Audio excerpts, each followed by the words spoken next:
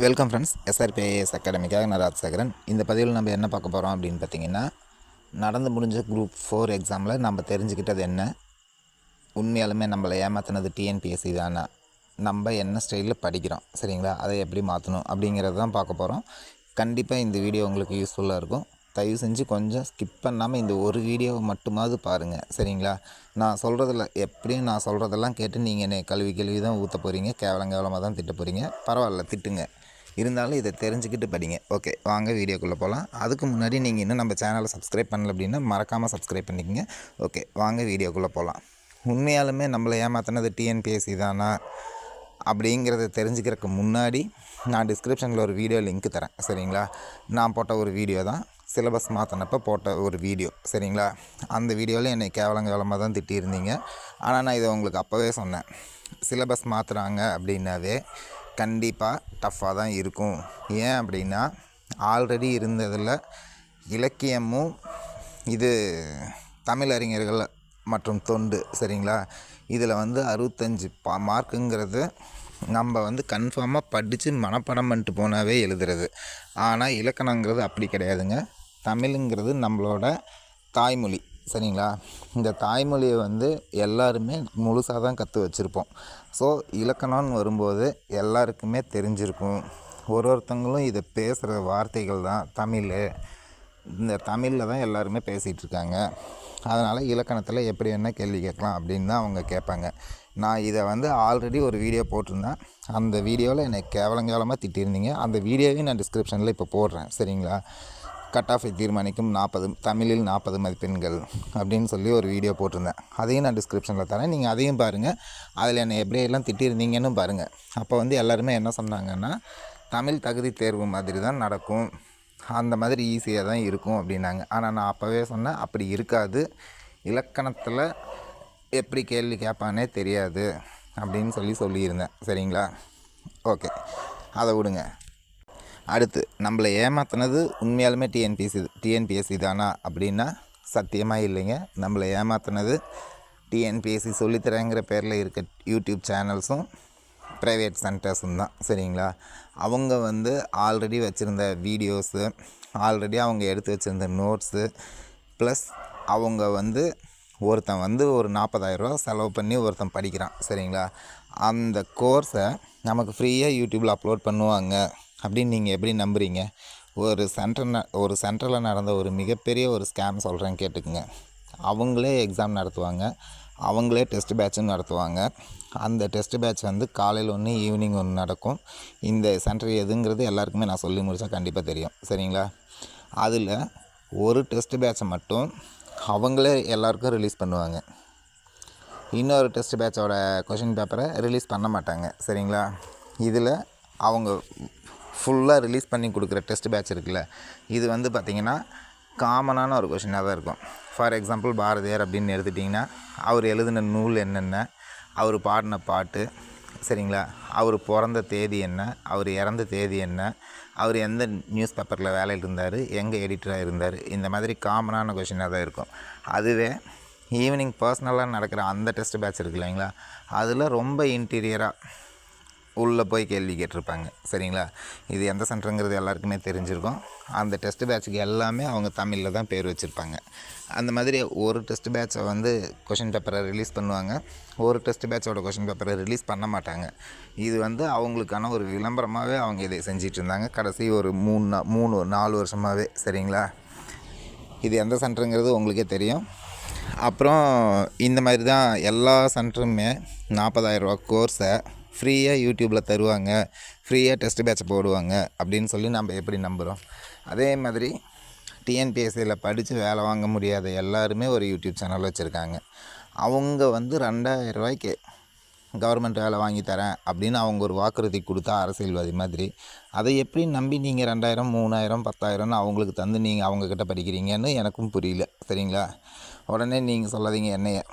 நானும் இந்த மாதிரி ஒரு சென்டரில் ஒரு 2,000 ரூபாய் கொடுத்து 2018 குரூப் 2க்கு ஏமாந்து அவரை திட்டுறதுக்காக தான் நான் ஒரு சேனலே ஆரம்பித்தேன். அவரை திட்டி ஒரு வீடியோவும் போட்டேன். அதுக்கப்புறம் சரி, நமக்கு தெரிஞ்சதை சொல்லுவோமே அப்படிங்கிறக்காக தான் எனக்கு தெரிஞ்ச வீடியோஸை நான் போட்டுட்ருக்கேன் சரிங்களா. இப்போ நானும் ஒரு ஆஃபீஸர் தான். அதை நான் வெளியே சொல்லக்கூடாது, சரிங்களா, எங்கே இருக்கேன் என்னென்னு. அப்புறம் முக்கியமான விஷயம் என்ன அப்படின்னு பார்த்திங்கன்னா, நம்மளை ஏமாற்றினது முழுக்க இதுதான் சிலபஸ்ஸு, எலிஜிபிலிட்டி டெஸ்ட்டில் என்ன கொஷின் வருமோ அதே கொஷின் தான் நமக்கு வரும் அப்படின்னு ஒரு வீடியோஸ்லேயும் சொல்லி ஏமாற்றினது யாருங்கிறத தெரிஞ்சுக்குங்க. இப்போ சொல்லுங்கள், ஏமாற்றினது டிஎன்பிஎஸ்சியா இல்லை யூடியூப்பில் டிஎன்பிஎஸ்சி சொல்லித்தரவங்களான்னு சொல்லிட்டு, சரிங்களா. நீங்கள் யூடியூப்பில் வீடியோ பாருங்கள், நான் வேணான்னு சொல்ல. ஒரு டாப்பிக்கு 50 பேர் டு 100 பேர் போட்டிருப்பாங்க. உங்களுக்கு அந்த டாபிக் டவுட்டாக இருந்ததுன்னா 100 பேர்த்து வீடியோவும் பார்த்தீங்கன்னா உங்களுக்கு அது ஈஸியாக தான் இருக்கும். ஆனால் 2000 வாங்கிட்டு இல்லை 3000 வாங்கிக்கிட்டு ஒருத்தர் நான் சொல்லித்தரேன், நீ கன்ஃபார்மாக நான் 160 மார்க்குக்கு கேரண்டின்னு ஒருத்தர் வீடியோ போட்டிருந்தார், சரிங்களா. இதை நம்பி தான் நானும் 2000 கொடுத்து அவர்கிட்ட சேர்ந்தேன். 2000மோ 3000மோ அப்போது 2018, சரிங்களா. ஆனால் கடைசி வரைக்கும் ஒன்றுமே கிளிக்கலைங்கிறத எனக்கு மட்டும்தான் தெரியும், அவர்கிட்ட படித்த உங்களுக்கும் தெரிஞ்சிருக்கும், சரிங்களா. எப்போவுமே ஒன்று சொல்கிறேன் கேட்டுக்குங்க, காசு கொடுத்து வாங்குகிற ஒரு பொருளும் ஃப்ரீயாக வர ஒரு பொருளும் ஈக்குவலாக இருக்கும் அப்படின்னு நீங்கள் எப்போவுமே நம்பாதீங்க. பெரிய பெரிய சென்டர்காரங்களே வீடியோ போட்டாலும் அவங்க கிளாஸில் எடுக்கிற வீடியோ போட சொல்லுங்களேன், போட மாட்டாங்க. யூடியூபுக்குன்னு தனியாக 2 பேர்த்த வச்சு யூடியூபுக்குன்னு சொல்லி போடுவாங்க. ஏன்னா அது அவங்களுக்கான ஒரு விளம்பரம், அவ்வளோதான், சரிங்களா. மொத்த டாப்பிக்கில் எந்த பெரிய ஸ்டடி சென்டராக இருந்தாலும் 40% மேலே வீடியோ ரிலீஸ் பண்ண மாட்டாங்க. ஏன் அப்படின்னா எல்லாத்தையும் இங்கேயே சொல்லி கொடுத்துட்டா சென்டருக்கு யார் போவா? அதனால் அவங்க விளம்பர வீடியோவை பார்த்து ஏமாந்தது இப்போவும் நம்ம தான், சரிங்களா. வெளியே சொல்லித்தராங்க, வெளியே சொல்கிறது உள்ளே அவங்க சென்டருக்குள்ளே என்ன சொல்கிறாங்களோ அதை கண்டிப்பாக வெளியே சொல்ல மாட்டாங்க. அதே மாதிரி சென்டரில் போய் படிக்கிற எல்லாருக்கும் சென்டர்காரங்க சொல்கிற ஒரே விஷயம், நீ பணம் கட்டி படிக்கிற, உன் நோட்ஸை வேறு யாருக்கும் தராத. அவனுக்கு தந்தினா அவன் வேலை வாங்கிட்டு போயிடுவான், உனக்கு வேலை கிடைக்காது. இதை சொல்லி தான் எல்லா சென்டர்லையுமே சேர்த்துறாங்க, சரிங்களா. எல்லா சென்டரும் நல்ல சென்டர் தான், ஆனால் எவனுமே ஃப்ரீயாலாம் யாருக்கும் தரமாட்டாங்க, காசு கொடுத்தா மட்டும்தான் தருவாங்க. ஸோ இதுக்கெல்லாம் நம்பி நீங்கள் ஏமாந்துடாதீங்க.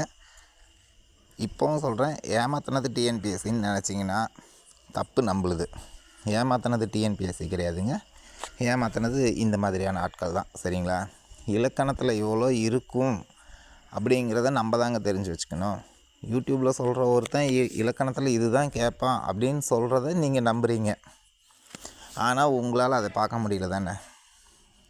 என்றைக்கு ஒருத்தர் பேனாவும் நோட்டும் எடுத்து வச்சு நோட்ஸ் எழுதி படிக்கிறாரோ அவர் கண்டிப்பாக மினிமம் 2 to 3 வருஷத்தில் சக்ஸஸ் ஆவார்.